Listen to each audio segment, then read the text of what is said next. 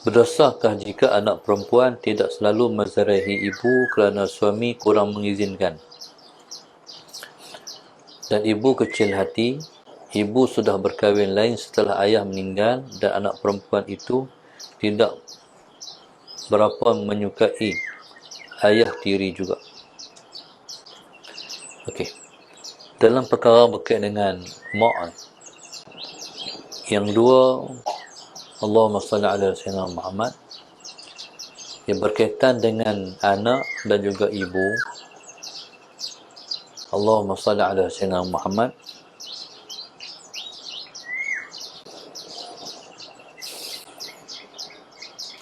Dan yang berkaitan di antara Allahumma salli ala Sayyidina Muhammad, anak perempuan tersebut dan juga suami dia. Dalam perkara ni, Allahumma salli ala Sayyidina Muhammad, yang pertama, satu orang anak perempuan ataupun isteri kepada seseorang, wajib dia untuk mematuhi apa dia kehendak suami dia. Allahumma salli ala Sayyidina Muhammad. Maknanya, bila mana suami dia tak mengizinkan, maka dia tidak mendapat keizinan lah. Allahumma salli ala Sayyidina Muhammad untuk menzarahi si ibu. Tetapi dalam waktu yang sama, suami itu berdosa. Suami itu dosa. Dosa sebabnya kerana dia menyebabkan Allahumma salli ala Sayyidina Muhammad, dia membawa kepada isterinya menderhaka kepada ibu. Allahumma salli ala Sayyidina Muhammad. Jadi selama mana dia tidak mengizinkan tu, selama itulah dia duduk dalam dosa. Sebab menyekat orang daripada membuat kebaikan dan juga ketaatan. Sebab berbuat baik kepada ibu itu ialah arahan Tuhan, seperti mana yang Allah sebut dalam Al-Quran. A'udzubillahi minasyaitanirrajim. Allahumma salli ala Sayyidina Muhammad. Wa qadha rabbuka alla ta'budu illa iyyah wa bil walidaini ihsana. Allah Subhanahu wa taala telah menentukan bahawa kamu semua tidak boleh menyembah melainkan hanya kepada Dia sahaja. Kemudian arahan Allah, wa bil walidaini ihsana, dan kepada kedua ibu ayah kena berbuat baik. Jadi si anak ni tak boleh nak buat baik kepada ibu dengan sebab halangan daripada suami.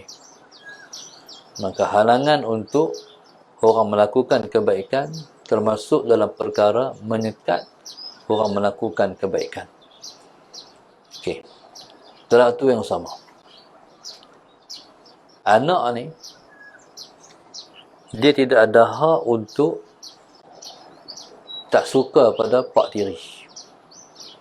Sebab pak tiri itu kira pak dia dah, macam ayah dia. Segi tak suka tu benda lain, segi buat tu kena benda lain.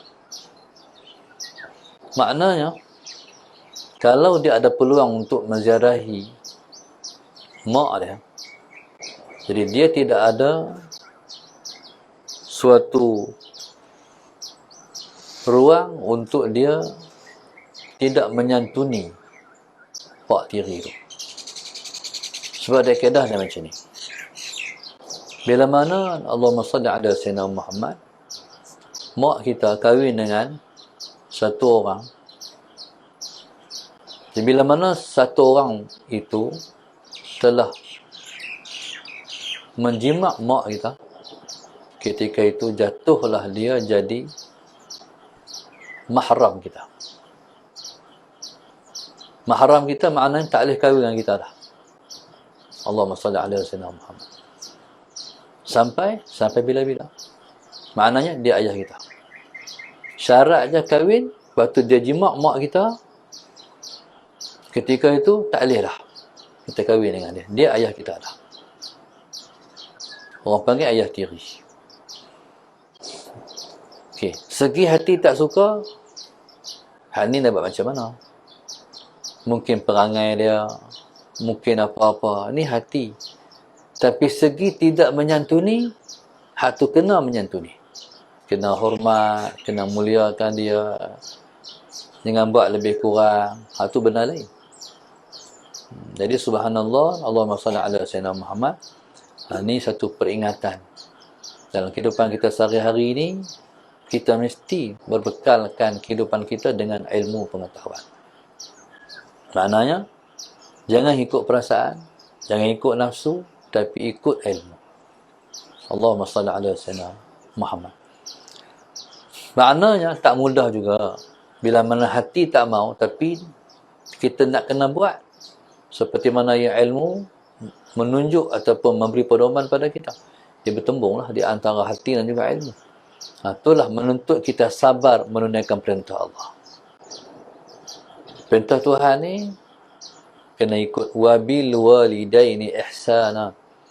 Kepada mak ayah kena berlaku baik. Bila Tuhan suruh, mana kena buat.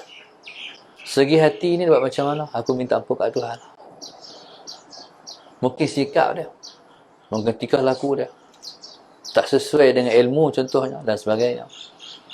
Jadi benda ni kita minta Allah ampun. Dapat macam mana hati. Tapi segi kita nak memuliakan dia tu, hak tu kena bagi. Tak boleh kurang sikit pun. Allahumma salli ala sayyidina Muhammad. Dalam waktu yang sama, Allahumma salli ala sayyidina Muhammad. Dalam waktu yang sama, Allahumma salli ala sayyidina Muhammad. Ayah hajat, minta laluan, minta Allah tunjuk, Allah bagi hidayah kepada ayah kita, ayah tiri kita, kalau ada sesuatu yang bercanggah dengan agama ataupun tak sesuai dengan ilmu yang kita belajar. Itu ruang Tuhan bagi kat kita. Jadi Tuhan nak tambah pahala kita. Tuhan nak bagi pahala kita macam tu lah. Sebab kadang-kadang kita ni, kita beramai ni, tak banyak. Amalan kita tak banyak. Tapi Tuhan nak bagi banyak, Tuhan buat macam tu. Bila Tuhan buat perkara jadi macam tu, jadi kita kena sabar. Sabar itulah yang disebut dengan innama yuwaffas sabiruna ajrahum bighairi hisab. Hanya saja dibalaskan akan orang-orang yang sabar dengan pahala yang tak dapat dikira-kira. Jadi makna kena positif dengan takdir Allah. Bila mana kita sabar, jadi nanti Allah bagi pahala yang kita tak mampu nak kira lah. Dengan sebab sabar ni lah kita masuk syurga, insya-Allah. Okey. Anak perempuan ni, Allahumma salli ala sayyidina Muhammad. Dalam situasi ni juga dia ada dua. Pertama, pak tiri dia, yang kedua suami dia. Jadi tang suami ni telah buat dosa. Dia tak boleh redha dalam keadaan suami dia tidak mengizinkan dia ziarahi ibu tu. Dia tak boleh duduk, tak apa. Dia kena selesaikan isu ni. Jadi subhanallah, Allahumma salli ala sayyidina Muhammad. Kadang-kadang kita buntu, kita tak tahu nak selesai. Cara nak bagi selesai ni satu je. Minta pertolongan Allah. Jangan cari hak lain. Semayang hajat hari-hari 2-3 kali pun tak apa. Semayang hajat. Minta Allah buka hati suami. Jadi kita ni, Allahumma salli ala sayyidina Muhammad. Sementara kita dengan dia, dengan suami ni kena ikut, tak boleh bantah. Kena taat. Dan isteri pula yang salihah ni, dia tak ada ruang untuk kata abang salah. Tak boleh kata suami salah. Ini salah abang, tak boleh. Macam anak-anak tak boleh kata macam tu juga dekat mak ayah. Tak boleh kata salah mak, tak boleh kata salah ayah. Allahumma salli ala sayyidina Muhammad. Walaupun salah kata tak boleh. Tak boleh kata. Jadi dalam situasi ini masih apa ni? Dalam situasi ini Allahumma salli ala sayyidina Muhammad. Maka minta pertolongan Allah Subhanahu wa taala untuk Allah settle hati suami kita. Jadikan ibadat harian, sembahyang sunat itu je, sunat sembahyang hajat itu dah jadi satu kewajipan. Satu perkara yang wajib kita buat sebab kita nak selesaikan masalah suami kita duduk dalam dosa. Allahumma salli ala sayyidina